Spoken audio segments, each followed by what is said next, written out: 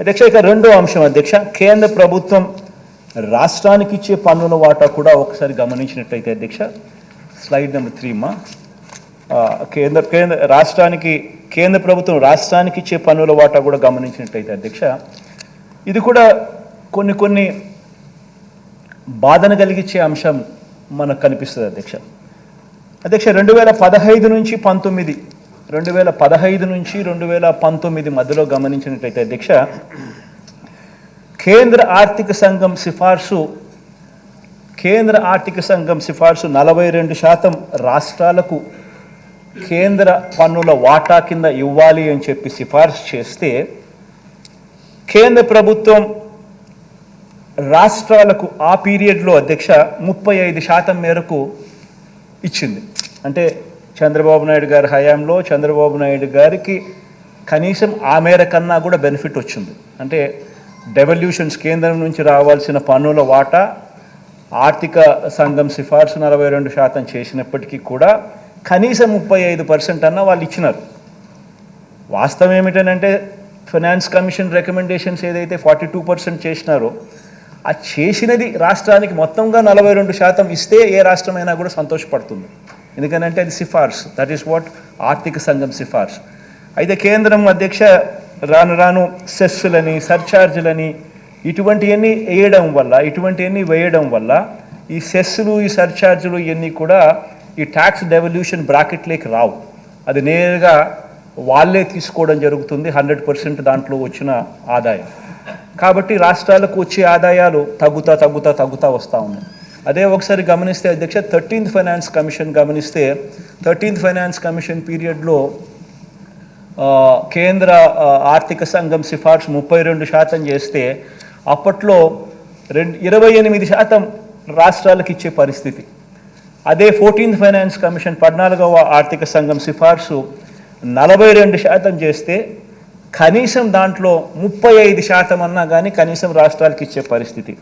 కానీ మన దగ్గరికి వచ్చేసరికి అధ్యక్ష 15వ ఆర్థిక సంఘం సిఫార్సు 41% అన్నా కనీసం రాష్ట్రాలకు ఇవ్వండి అని చెప్పి సిఫార్సు చేస్తే మన కర్మ కొద్దీ 31.5% మాత్రమే కేంద్రం డెవల్యూషన్స్ నుంచి రాష్ట్రాలకు ఇస్తూ ఉన్న పరిస్థితి మనకు కనిపిస్తూ ఉంది.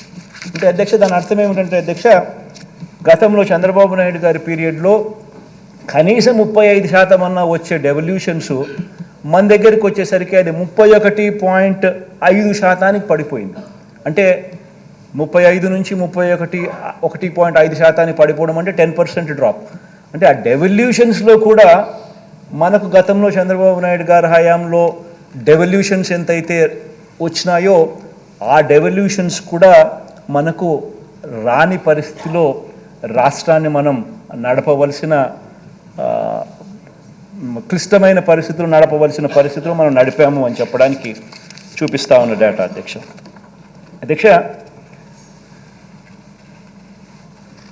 అదేవిధంగా అధ్యక్ష,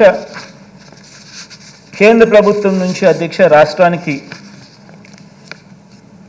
ఫైనాన్స్ కమిషన్ సిఫార్సుల ప్రకారం రావాల్సిన పన్నుల వాటా అన్నది అధ్యక్ష గత 5 సంవత్సరాలలో ఒకసారి గమనించినట్లయితే ఇది డెవల్యూషన్స్ అధ్యక్ష, అంటే కేంద్రం నుంచి రాష్ట్రానికి హక్కుగా రావాల్సిన వాటా 2018-19లో మీరు గమనిస్తే 32,000 వస్తే 2019-20 వచ్చేసరికి మామూలు ప్రతి సంవత్సరం పెరుగుతుంది.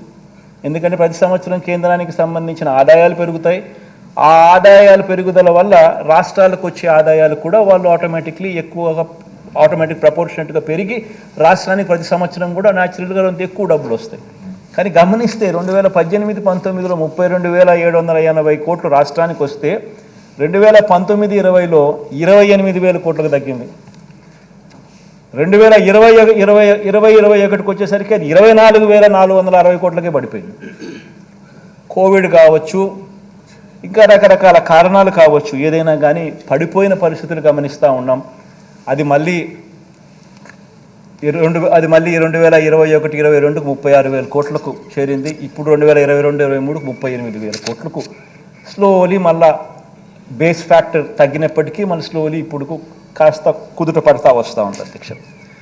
అధ్యక్ష, అదే మాదిరిగా గమనిస్తే ఫైనాన్స్ కమిషన్ సిఫార్సు ప్రకారం రావాల్సిన పన్నుల వాటా అనేది గత అధ్యక్ష 2014-19 మధ్య జిఎస్డిపిలో కూడా అంటే స్టేట్ గ్రాస్ డొమెస్టిక్ ప్రోడక్ట్ రాష్ట్రానికి సంబంధించిన జిఎస్డిపిలో కూడా స్థూల ఉత్పత్తిలో కూడా అప్పట్లో 3.7%గా మనకు వచ్చే పరిస్థితి నుంచి 2019 నుంచి 2023 మన పీరియడ్కి వచ్చేసరికి రాష్ట్ర స్థూల ఉత్పత్తిలో 2.92% పడిపోయినట్టుగా కూడా కనిపిస్తూ ఉంది అధ్యక్ష. అంటే మనకు రావాల్సిన డెవల్యూషన్స్ కూడా ఆ మాదిరిగా పడిపోయిన పరిస్థితులు కనిపిస్తూ ఉన్నాయి.